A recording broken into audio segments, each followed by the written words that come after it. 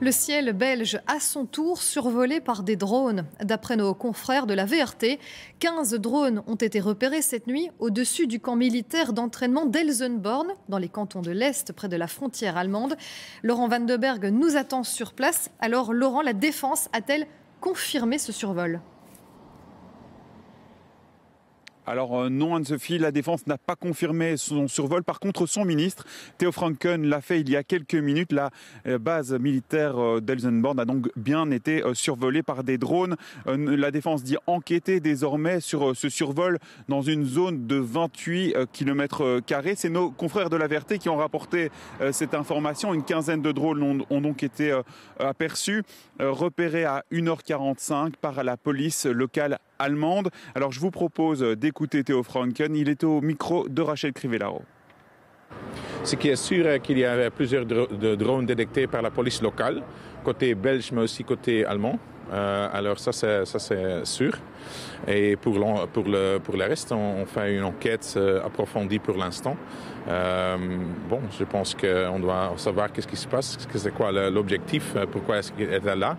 Est-ce que c'est vraiment une opération hybride dans l'armée russe ou dans les autres ennemis? Ça, c'est pas encore clair pour l'instant.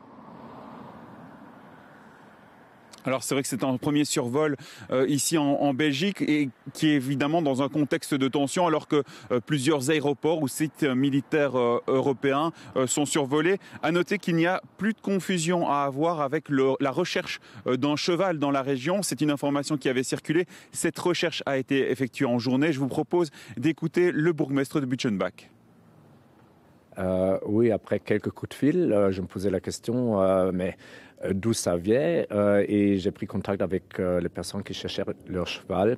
Et oui, eux, ils m'ont dit, c'était hier après-midi, et ils sont encore en train de chercher le cheval. Et c'était que 3-4 drones dont on parle. Alors, c'est quand même une différence entre 3-4 drones dans l'après-midi et 15 drones pendant la nuit. Merci beaucoup à vous, Laurent Van de Berg, pour ces précisions en direct. Et vous l'aurez compris, ce survol a eu lieu dans un contexte de tension. La Belgique n'est pas le seul pays en état d'alerte. Des drones ont aussi survolé l'Allemagne cette nuit, provoquant la fermeture temporaire de l'aéroport de Munich, au sud du pays. Cette nouvelle incursion est-elle d'origine russe, alors que Vladimir Poutine dit observer la militarisation de l'Europe? Les images sont commentées par Catherine Tonero.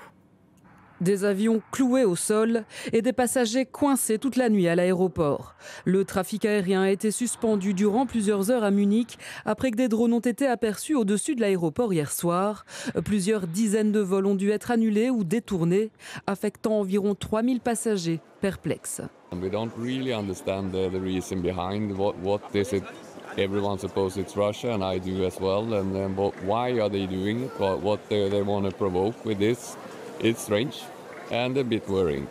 Les vols ont repris tôt ce matin. Une enquête a été ouverte pour déterminer l'origine de ces drones. Un incident qui intervient alors que l'Allemagne célèbre sa fête nationale ce vendredi. Et après la fermeture temporaire de la fête de la bière mercredi à Munich suite à une alerte à la bombe.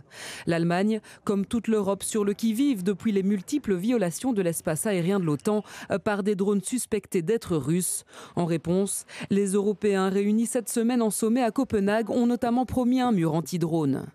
Poutine ne devrait pas sous-estimer notre détermination. Il existe véritablement une très grande unité et une détermination très forte à faire face ensemble à la menace.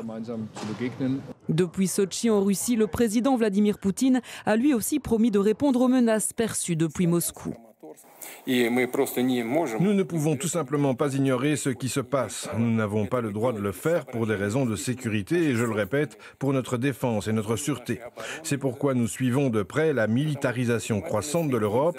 S'agit-il seulement de paroles ou est-il temps pour nous de prendre des contre-mesures ? D'après les renseignements danois, une attaque militaire conventionnelle de Moscou n'est pas à craindre. Mais c'est bien une guerre hybride que la Russie mène contre l'Occident aujourd'hui.